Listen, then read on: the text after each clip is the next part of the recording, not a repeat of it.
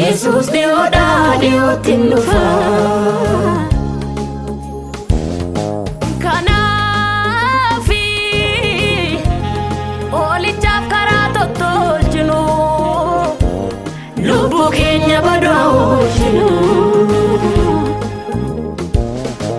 Kanaafi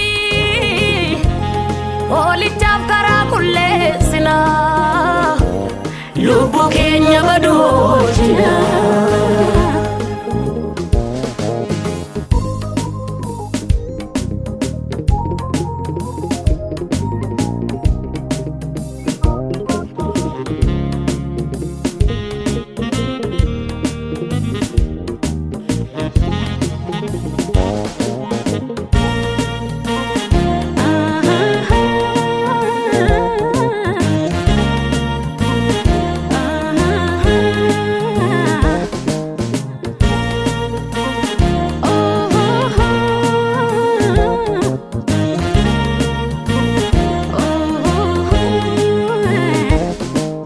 Natti deeme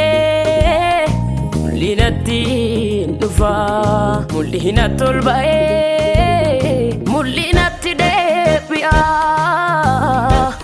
maaloo gowwoomina dammaqa haaloota ta'a.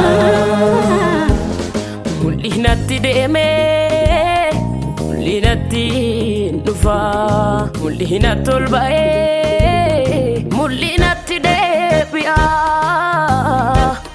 maaloo gowwoomina dammaqa haaloota ta'a. Deebi'ee dhufaaf hingeena fuufame deebi'ee dhufa ulfina marfame deebi'ee dhufa ergamoota marfame deebi'ee dhufa. Deebi'ee dhufaaf hingeena fuufame deebi'ee dhufa ulfina golgame deebi'ee dhufa ergamoota marfame deebi'ee dhufa.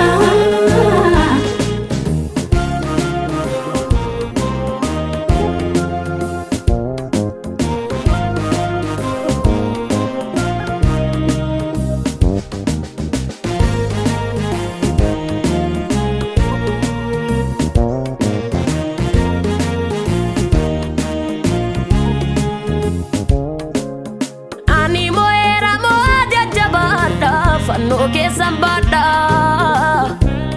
asitti sininniisu deebi'ee taan ofiitti sin fudha jedheetu aadaa nuyiif galee deeme gara baatti deebii maalii qopheeffanne reenu too guyyicha dhumaatti jedheetu aadaa nuyiif galee deeme gara baatti deebii maalii qopheeffanne reenu too guyyicha dhumaatti.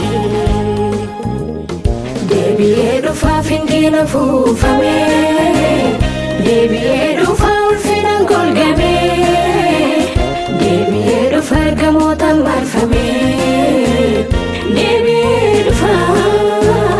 Deebi'ee dhufaaf hingeena fuufame deebi'ee dhufa ulfina golgame deebi'ee dhufa ergamoota marfame deebi'ee dhufa.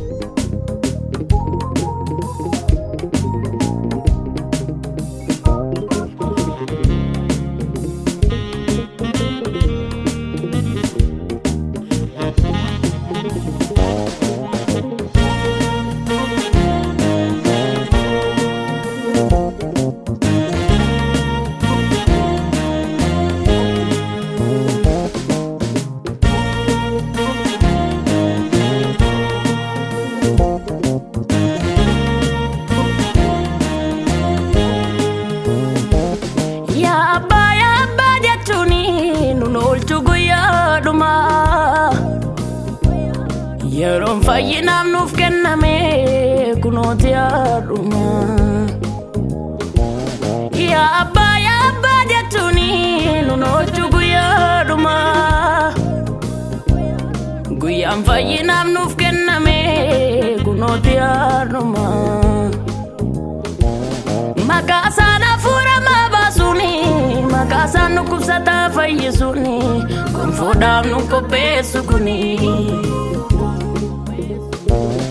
Kiristaanummaan jireenyaani kan inni mul'atu, kiristaanummaan hojiidhaani kan inni mul'atu. Maasiin keenya jiraataan dhufee warra akkasiiti, ulfinaan kan inni ol fudhatu. Maasiin keenya jiraataan dhufaa guyyaadhuma, teessoo ulfinaa inni nu laatu.